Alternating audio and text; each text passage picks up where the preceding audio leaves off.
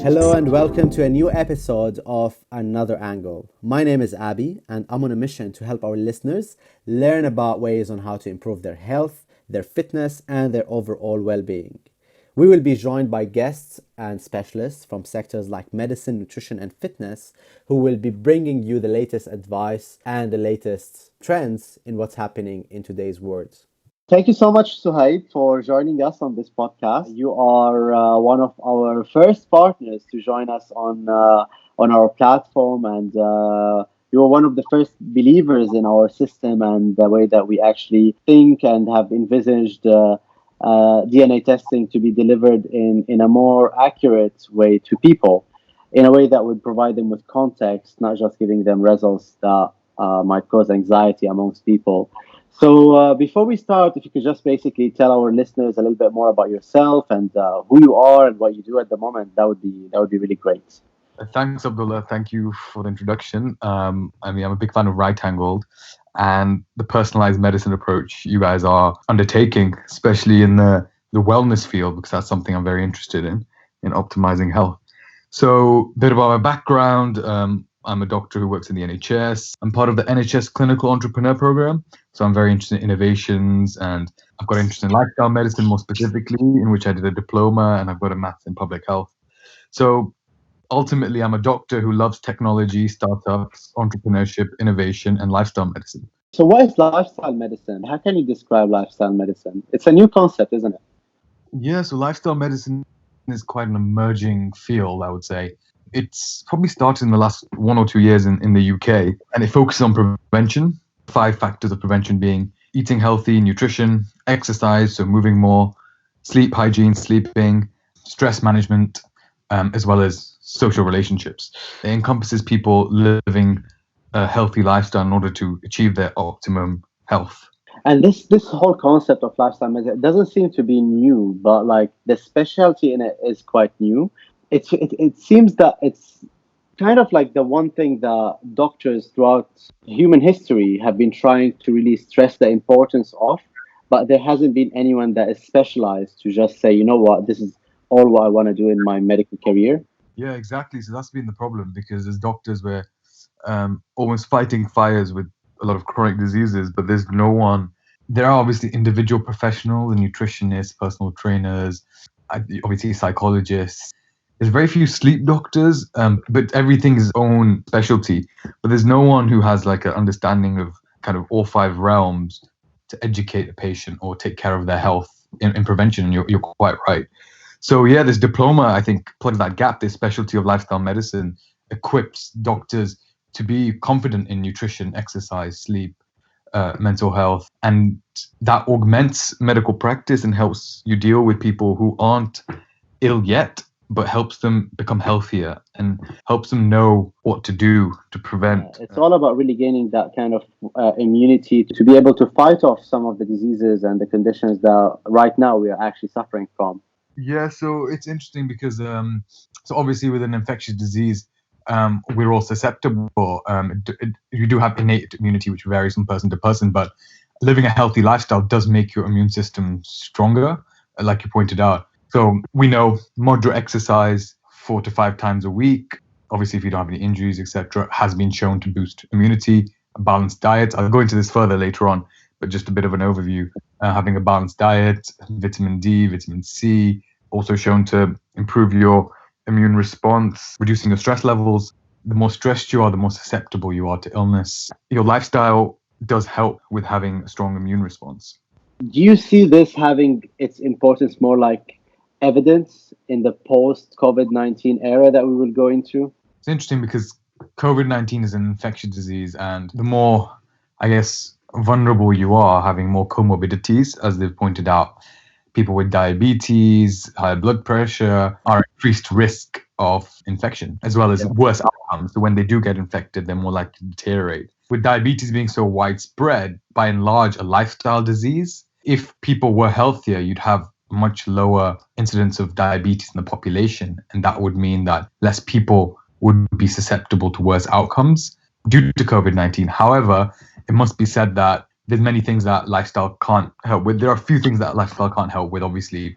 People who are immunocompromised, people who have rare underlying conditions, as well as age, but you can age healthier. I'm not saying that lifestyle can completely prevent something like COVID-19 happening, but if you are healthier, you're more likely to have a positive outcome from an infection. And what do you think the influence that COVID-19 is having and will have on our society from a medical perspective? So we're seeing a shift. Being quite into technology, obviously, I've been quite interested in the whole how Silicon Valley operates and how work from home and people can work remotely and how that enables people to an extent, be healthier and live that more flexible, healthy lifestyle. Because a lot of the population live in a state of time poverty where we lack time due to work. You know, commuting, a lot of different commitments that we don't get to spend time on ourselves in looking after health and lifestyles. So COVID-19 obviously has caused lockdowns in many countries, which has meant people are now working from home. They are spending less time commuting, less time in the office, which means that they can wake up later, they can get more sleep, they're not sleep deprived. Sleep is linked to immunity as well. What a study found was if you're sleeping less than 6 hours, you actually have less of an immune response. I want to ask you this question. It's really good that you mentioned this because it's always been like a subject of debate of how many hours you should be sleeping. And what I came to realize at the end is that it varies from one person to another. Like it's up to you to determine that for yourself. Is that true? Yeah, so that's something I've been interested in as well over the past few years. So yeah, with sleep, it's a very individualistic metric. So it does vary in the population, but on average, we know most people need at least 7 hours, 7 to 8 hours, and that's based on the average. But there are people who need less and there are people who need more. But normally, most people don't need more than 9 hours, and it'd be very rare to find someone who needs less than 6 hours. So in that range, but for most people, 7 to 8 hours is more than enough. But you have to determine what you need, and the best way to do that is when you fall asleep, wake up naturally, and over a period of time, you can work out an average of how long you sleep for. Yeah, and making sure that you have that deep sleep as well as a component. It's something that has always been fascinating me, to be honest, this whole subject of sleeping, because as you know, everyone, like, especially in London, people who live in London, they have very busy lives and there's a lot of things they have to take care of. How are you managing that in your personal life? Yeah, so obviously circadian rhythm, which is your natural body clock, determines when we should be sleeping as humans and when we wake up, and it's to do with obviously natural light. Yeah, as a doctor, obviously you do night shift and you do long shift, so your sleep does suffer. What I do is I've got a bit of a protocol where at night I use blue light blocking glasses to block blue light, so my melatonin is suppressed. Melatonin is the hormone which helps you get to sleep, so it stops suppression of melatonin if blue light isn't entering your eyes. I also normally time my meal patterns in such a way that hunger is also linked to your circadian rhythm, as well as when you eat. So I try and avoid meals if I'm doing a night shift later on in the shift, to try and entrain my system, as well as getting exercise in the day. If I want to switch my rhythm back to day, I will get some exercise and some bright light, and that what that will do is it will wake my body up. It's quite a long protocol, but that's the basics of it. That's good that you're keeping it in check. So yeah, this is really my question. Is like, whilst a lot of people are having this lockdown at the moment, what do you see as dangers of this? Is there any kind of dangers to people whilst they are at home from a health perspective? Yeah, so lockdown, obviously, it can be a negative thing and a positive thing. So obviously, the obvious negative is social isolation. People who live alone might be lonely. That can have a massive effect on anxiety levels, depression, cause a lot of mental health issues, which can be exacerbated by this lockdown situation, as well as being sedentary. A lot of people are used to moving around. So if you're not self-motivated, a lot of people can be these days, you can spend a lot of time just, watching TV, Netflix, not being active, and as a consequence, gain weight, and also your mental health could deteriorate. Cooking, obviously, people who aren't good at making healthy food or aren't equipped that way, they can fall into unhealthy habits, snacking, foods which are more convenient but calorie dense as well. But on the other hand, there are people who have this time now. If you're on Instagram, you're seeing this explosion of home workouts almost become a trend. It's crazy. It's like everywhere. So now that's good because people are being healthier. They've got more time. So people are like, hey, we're not tired. Let's expend our energy on exercise. So you could get people who are becoming a lot more healthy. But a caveat to that is you can get more injuries as well, because people who aren't used to working at home can be doing things they're not used to and cause injuries. And that obviously will mean they might need medical help. So I think that's why platforms like Rightangled and other platforms around, which give you plans or workout plans, even online videos, a lot of online PTs can help people live that healthy lifestyle at home. More time for cooking as well. So people who normally grab unhealthy food because of time can now prepare those healthy meals, cut the vegetables. So I think it's working differently for different people, but there's a big opportunity here for people to really, for the first time, have that time to optimize their health. Exactly, and to try different things as well, because as you know, like there's quite a big surge now in the offering of this online trainings, these live stream sessions, and it's all free content. And at the same time, there's quite the demand for it because a lot of people are at home and they are actually looking for these type of advices and tips on how to train or how to use that body weight type of workout at home. But for someone who's just about to start on that journey, what advice do you give them? How could they start? How could they really find out what is the best approach to go ahead with that? So someone who's not really exercised previously or doesn't know what to do with their diet, I would approach a professional such as someone who's a nutritionist or a personal trainer, because when you're starting out, that's when it's most difficult because you don't know what you're capable of. You've not really learnt a lot of the exercise techniques. So you start off with something simple, maybe running, jogs, depending on what's possible in your area, or because nowadays a lot of people are going out to the park. So running is a Yeah. good one if you don't have any knee problems. Another one is doing body weight workouts. So if you are capable of, you have a safe area at home or in your garden, you can YouTube a lot of workouts. There's a lot of people who are Yeah. showcasing easy to follow beginner workouts. So I would start with beginner workouts. And with regards to diet, I would be trying to first of all cut out saturated fats, a lot of sugary drinks and foods which have a lot of calories. And from that, then you want to start incorporating more fruits and vegetables. And I know it can be difficult right now with the shortages, but I would say calories is the number one thing. If you want to lose fat, it's calorie. You want a bit of That's calorie deficit. There's a lot of resources: YouTube, social media, professional, like you said, professional platforms, professional yeah. services that are offering online coaching. As you well noted, online coaching is quite popular already, and with COVID-19, we're seeing a lot of that on offer from a lot of PTs and a lot of instructors out there. Do you see this as the new thing that will just stick after we finish with COVID-19, or do you think it's just going to be quite a hype that is coming out of a necessity, and then things will go back to normal, where people will just go back to the conventional one-to-one sessions with their PTs or to their doctors?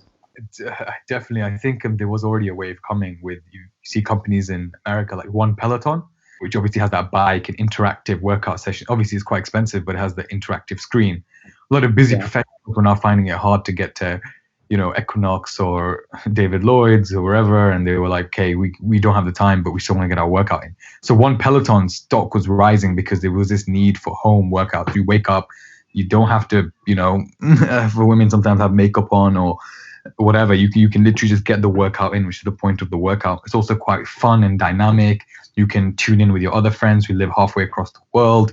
So you can technically choose who you want to work out with, what instructor you want, when to work out, all from the comfort of your home.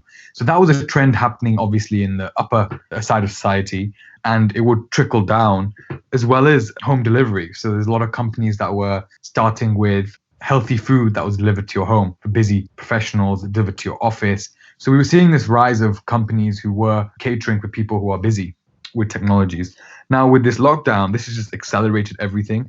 I'll touch on telemedicine here as well. So people were having to go to a GP's office. Doctors were like, you can't do much with telemedicine. They were culturally too resistant to try. Now, because we're forced to do it, what everyone is realizing is, wow, a lot of things can be done from home and that just as effective. But I do think there will remain, obviously, a need for human interaction. I think people feel good when they go to outdoor places, a gym, but it might mean that in the week, you might just, work out from home, get home delivery, healthy food or whatever. See your doctor for a minor issue just via an app. A lot of the pressure can be taken off these services, especially healthcare services. But there's definitely going to be a big change. I think we've accelerated technology by about 5 to 7 years. Yeah. You'll see a lot of these companies getting funded now. And but I would like to also like draw your attention to one other trend that we have also been seeing over the past few years: group session fitness classes are just on the rise. Companies like F45 have just been branching out to all countries across the globe with a simple concept, which is here's a space, these are some equipments, and let's just design some workouts to bring people together and get them to exercise the same spot at the same time and let them all sweat together. And in my opinion, I feel that what's driving that is the effect it has on changing behaviors, which is being part of a community has that influence to get you to change your behavior, change your habits. And I think people are very drawn to that. Do you see this going on the decline after COVID-19?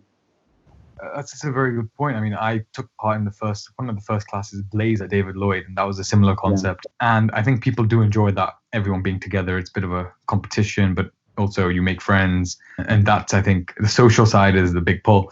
And Barry's Bootcamp is very successful as well. But I think when we're deprived of these things, one does crave it. So there's a lot of people who are like, oh, miss being outside. So I think after COVID-19, there'll be a surge where people will try and get outside, back to old ways, and there'll probably be an increase, more people not wanting to be at home after such a long period. But I think after that, when things normalize, people will be like, okay, it was easier to sustain a healthy lifestyle, especially with work being biggest part of people's lives, to be able to do things remotely. People will want that to be available, especially on weekdays. And that's where I think the shift will happen. There'll be a big demand for people who were previously traditional and were like, okay, no, we need to go to a gym to work out. We can't work out at home. That's never happened. But now they're forced to do that. And for a lot of people, it's been fine. I mean, you can work out at home if you have the right online platform that you can use. Same with food. You don't always have to go out to eat. I mean, you can get home delivery. You can cook yourself. How many people will learn to cook in this period as well? So I think these skills gained, I think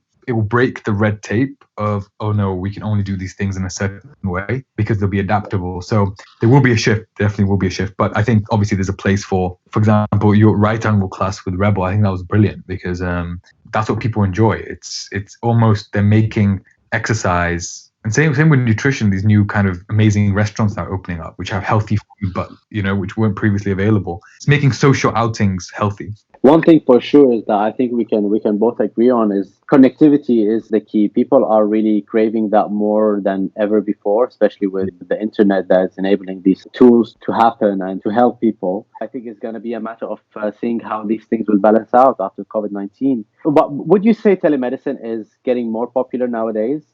Yeah, telemedicine has grown. Obviously, Babylon was the front runner in the UK, and it was doing well. But then there's a lot of backlash where people are like, no, especially traditional doctors, older doctors were saying how the human touch can't be replaced, which is true to an extent. But a lot of things we don't touch the patient. And there was just a lot of people thinking, oh no, why are we changing? Medicine can't change. It's been the same way for a while. So there were a lot of telemedicine companies that were starting, but some were really struggling because doctors were just so busy. Some were embracing it, then they were coming up with problems like legal issues, and no one else was doing it, or it was a cultural thing. Oh, he's doing telemedicine, he's not actually seeing a patient. But now with the demand, because now social distancing is what we're all practicing, it's the need of the times. The most traditional doctors running to telemedicine, everyone is looking for a supplier. And one of my friends has a startup in telemedicine. He's raised about almost $1 million in 2 days. When he was struggling before. So now people, I think, I've seen so many tweets and articles by people saying how they need telemedicine is the future now, that previously were against it, because they've had to do those clinics, and they've realized, wait, we finished our clinic a lot quicker. We've been able to work in our own environment, and the patient's happy. They've not had to travel. So to an extent, I think there will be a big boom in telemedicine and the way we do things. Absolutely. And I think the benefits can be felt by everyone, the doctors, the patients, and the providers as well. So how do you see the landscape of digital health over the next 5 years? So digital health, obviously, I think had a boom in this year. I think there's a bit of slowing as AI was quite popular, and now people are realizing it's quite hard to use AI. It was used as quite a buzzword, and now it's proving quite difficult. It will be done, but I think people jumped on that. Obviously, with the current economic situation, I think technology will advance, but investments will slow. So I do see there might be a bit of slowing in some digital health solutions. But overall, I think what everyone will realize is technology solves problems. Amazon is wanting to deliver COVID test kits. So that's enabled by technology, online platforms, drones. We need these things if we are to live sustainably in times of crisis. At the moment, everyone is using social media. There's apps like House Party, which are going viral because video enables video, Yeah. you know? It's crazy. Like I've known this app for more than 5, 6 years. We've used it like to chat with my brother, like when he was abroad. Okay. And I've never really seen that many people talking about it these days as I have ever had, like over the past 6 years. So some of these technologies that have been developed before are now having like we have taken that spotlight in Yes. light of this COVID-19.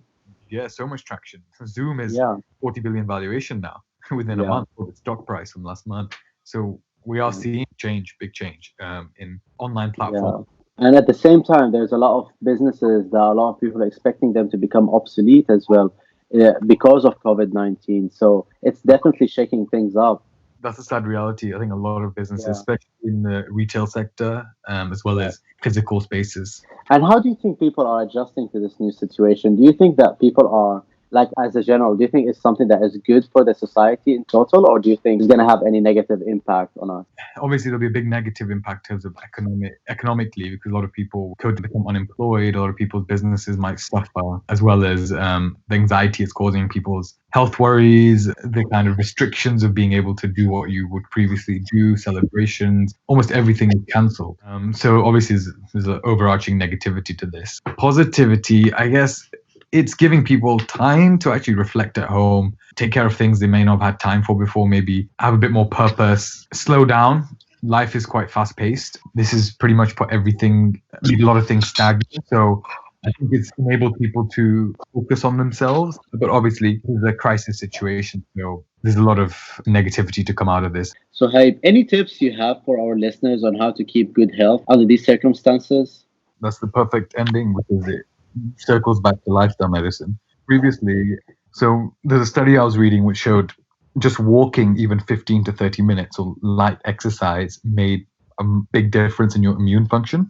From a movement point of view, it doesn't work out safely. Don't go beyond your capability because you don't want an injury right now. It's also a great way to socially connect, FaceTime your friends while doing it.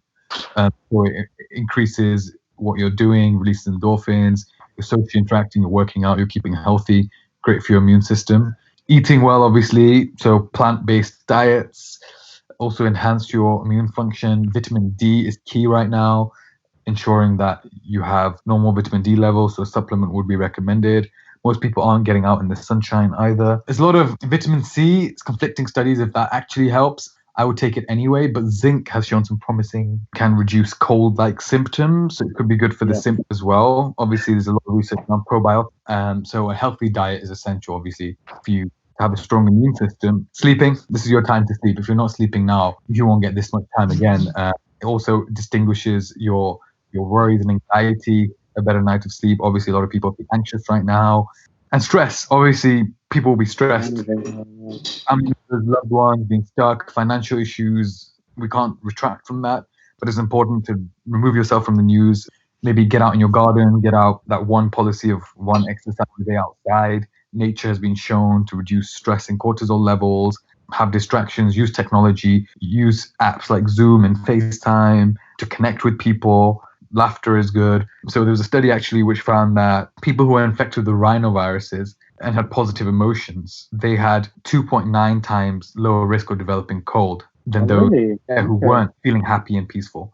So even trying to trigger those really makes a difference in your symptomology, and that's what some studies have shown.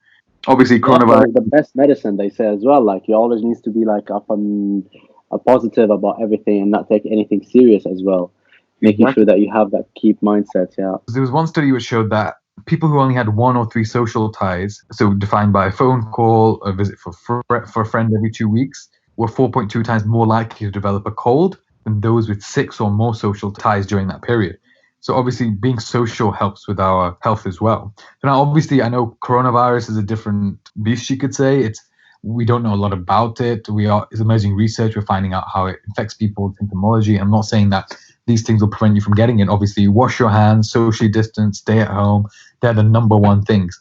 But from the rest of our health point of view, to bolster your immune response, to stay well from a mental health point of view, you should be incorporating these lifestyle changes. And it's a great time to establish a new habit. You've got probably about 3 months at least of, could extend to social lockdown, and in 3 months you can form some great habits with your health. One of the things that we actually had from our previous guest in our podcast was to have a plan. Like people have a lot of things that they have been keeping on their back burner like for so long now, and they just want to have this like time as a time to breathe and to just like address these things that they have neglected for some time. And the best way to do it is to just have a plan, set goals, and just go in every day and be consistent about achieving them. So yeah, I think it's not just about exercising outside, but also about having that overall good lifestyle in general. Really great speaking with you, Suhaib. It's lovely having you on our podcast, and yeah, we really look forward to having some more work done with you. Probably we're going to be running some events over the next few months once things have cleared up from this COVID-19 situation, and would love to host you in more of those. No, definitely. I mean, I love the Rightangled brand. I love these new partnerships you're doing recently. I think you can really grow with more health companies, more gyms, more nutritional companies as well. And you're based in London, so that's why sometimes I struggle to come down. But definitely, I'm a big fan of any event you do, and I look forward to meeting you. Thank you for listening to today's episode of Another Angle. We hope you found some useful information in today's podcast. Feel free to share it with your loved ones. And please do let us know in the comments which areas or topics you would like us to discuss next. We would love to deliver that right knowledge right to you. Stay safe.